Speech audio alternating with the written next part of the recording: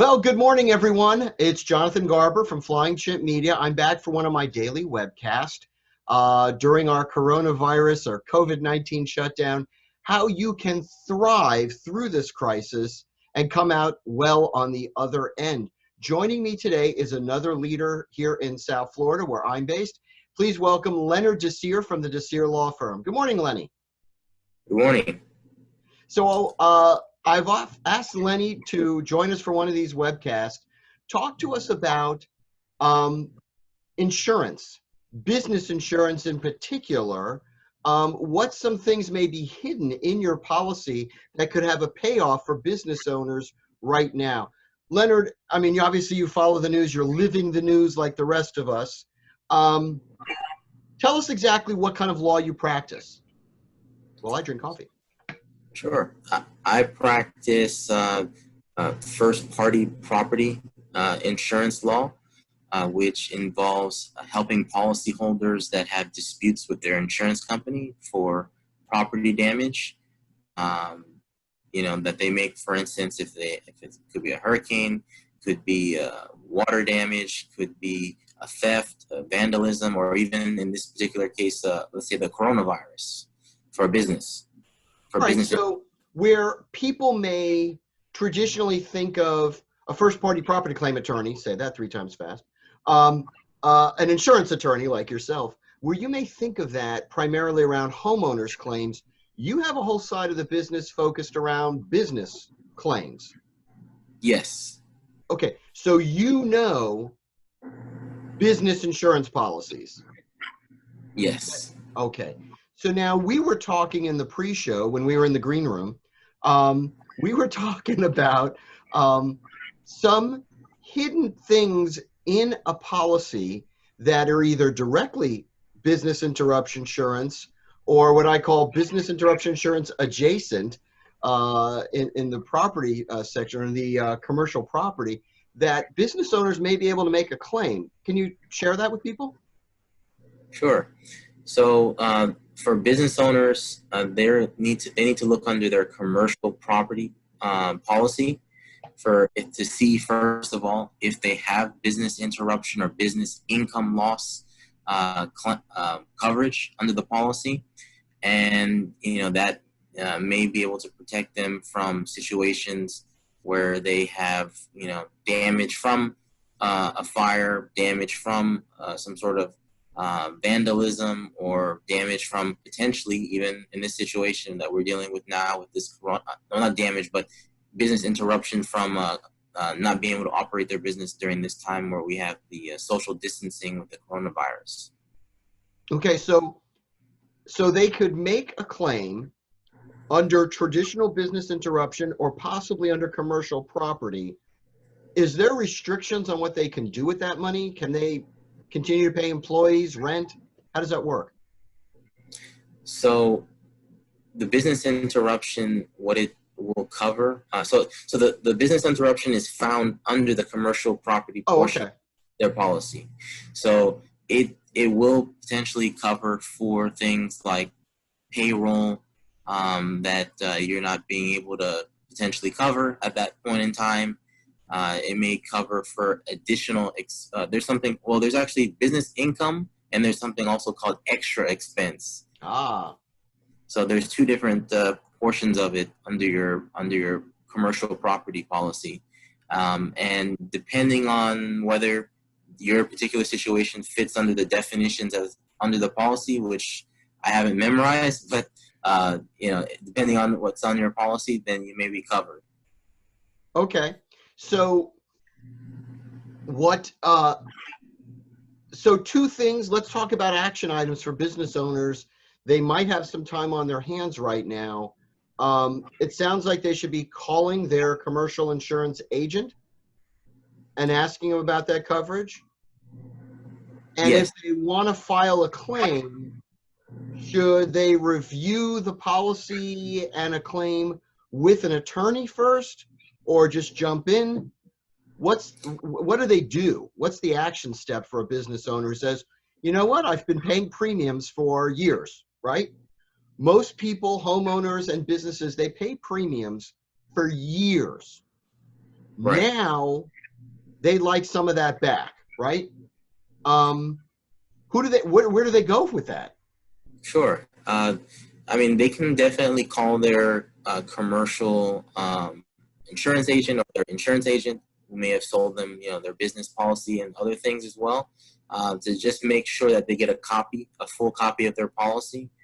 And then from there, I would advise that they consult with an attorney like myself, just to make sure they can, review the policy, make sure that their particular situation that they're potentially trying to claim is covered under their policy. So those are, the first steps that can be taken.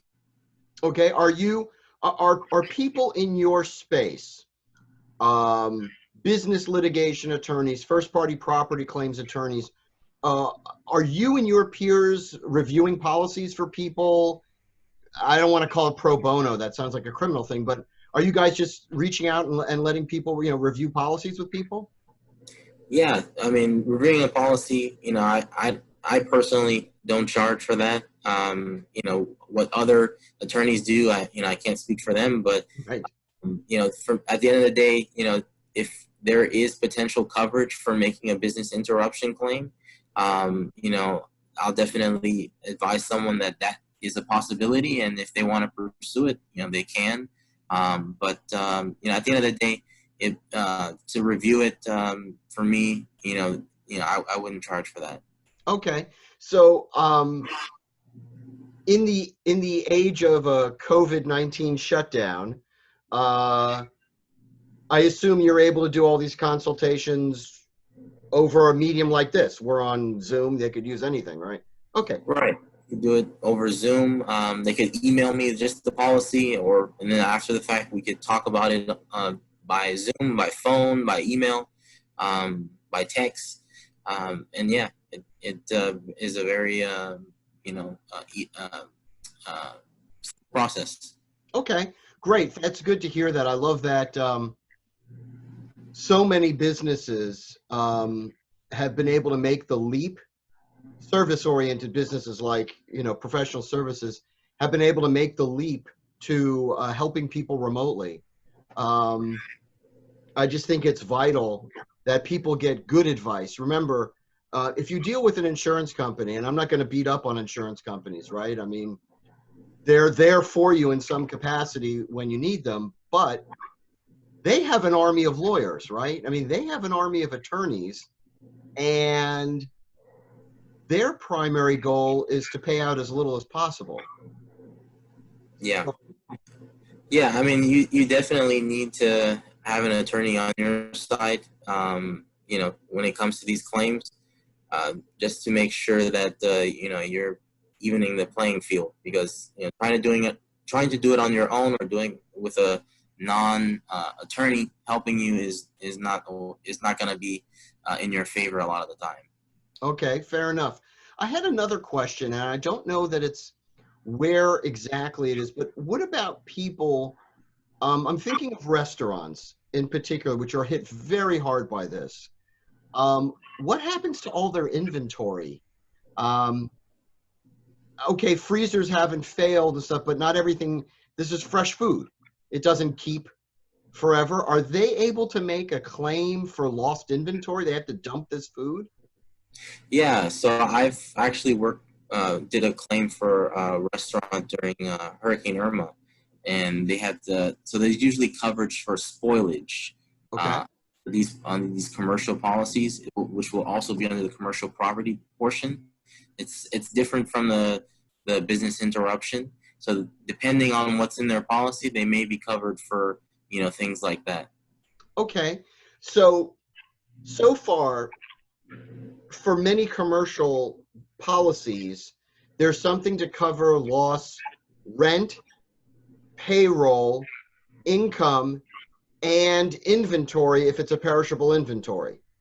That's correct. So now there's actually another thing I forgot to mention. So there's business income, there's extra expense, and then sometimes, depending on the policy, it may even have extended business income. So business income or business interruption may cover you the time that your business is down. And then if you have something called extended business income, depending on your policy, it will cover you for lost income even after your business comes back up, or after you've gotten it, back to normal, because even then you may still not be running at the full capacity. Right, you need some kind of diminished income. Right, so you may actually be covered for that too. But again, that all depends on your policy and what's covered, and definitely talk to your agent to see if you have it. And if you don't have it, I highly recommend getting it. Right.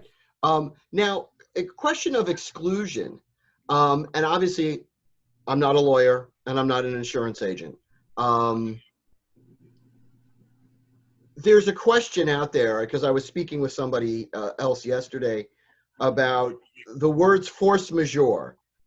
I think of force majeure when there's an act of God or an act of war, but this is a government mandated shutdown. Like, is that included, excluded? Are we blaming this and saying, well, could an insurance company say, well, that's a virus, that's a pandemic, that's a force majeure? Or would they say, no, my losses are from a government mandated shutdown, which is different? Does that make sense? Yeah, so this is a really layperson question. So excuse me. Yeah, so no problem. Yeah, based on my review, a lot of these commercial policies are standard forms, and there is something in the policy. It's not necessarily, actually, it's not an exclusion. This one is actually, you could potentially get coverage for if your business is shut down by the way it's worded in the policy is a civil authority. Now, based on what I read in the policy, I'm not necessarily sure the coronavirus would qualify based on the definition. And again, I don't know it off by heart, but from what I recall and what I read recently, I don't think it would fit. But there's an exclusion I've seen in other policies for virus or bacteria, which would fit under the coronavirus situation. And then if you had that particular exclusion, definitely, or I should say, unfortunately, you would not be covered. But if you don't have that exclusion for virus or bacteria that causes, your business essentially to be interrupted or for you to lose income, then you may be covered for business interruption or business income loss. It's usually titled business income loss under the policy. So it just, again, it sounds, I guess lawyer talk or cliche, but it depends. It depends on what's in your policy. All right. So policies are written for people like you. They're not written for people like me. That's why there are good agents out there that can explain it to you in layperson's terms.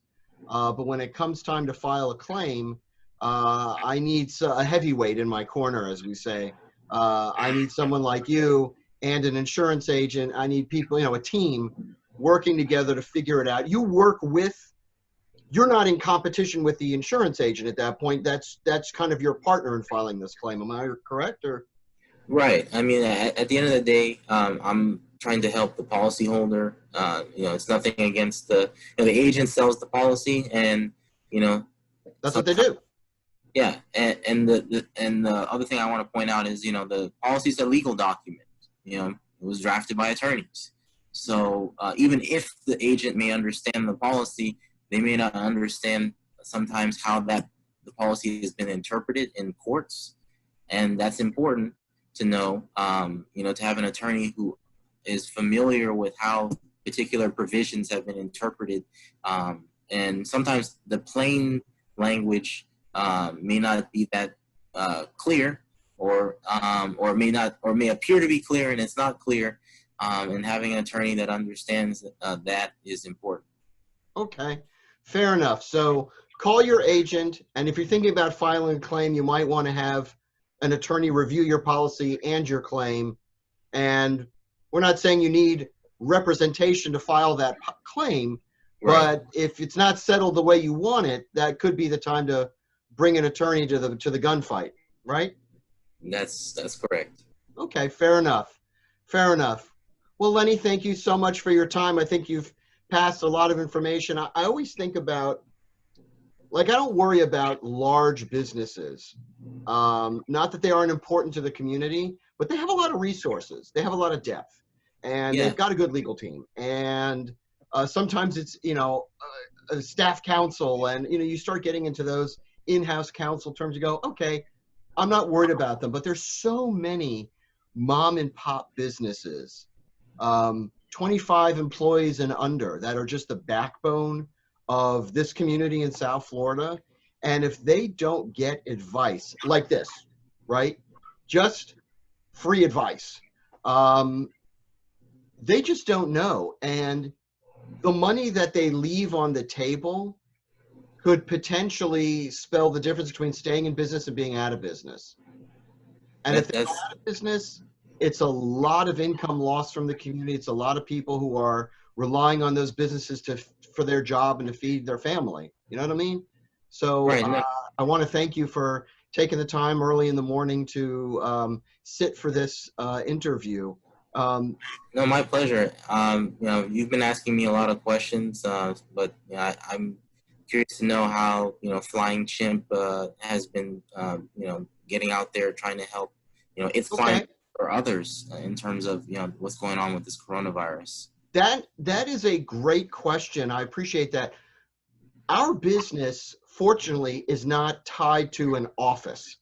So we have, the Flying Chip team has gone home and is working, and I have a whole studio here in my home. So I've been writing, I've been posting press releases, I'm working on a script for a video.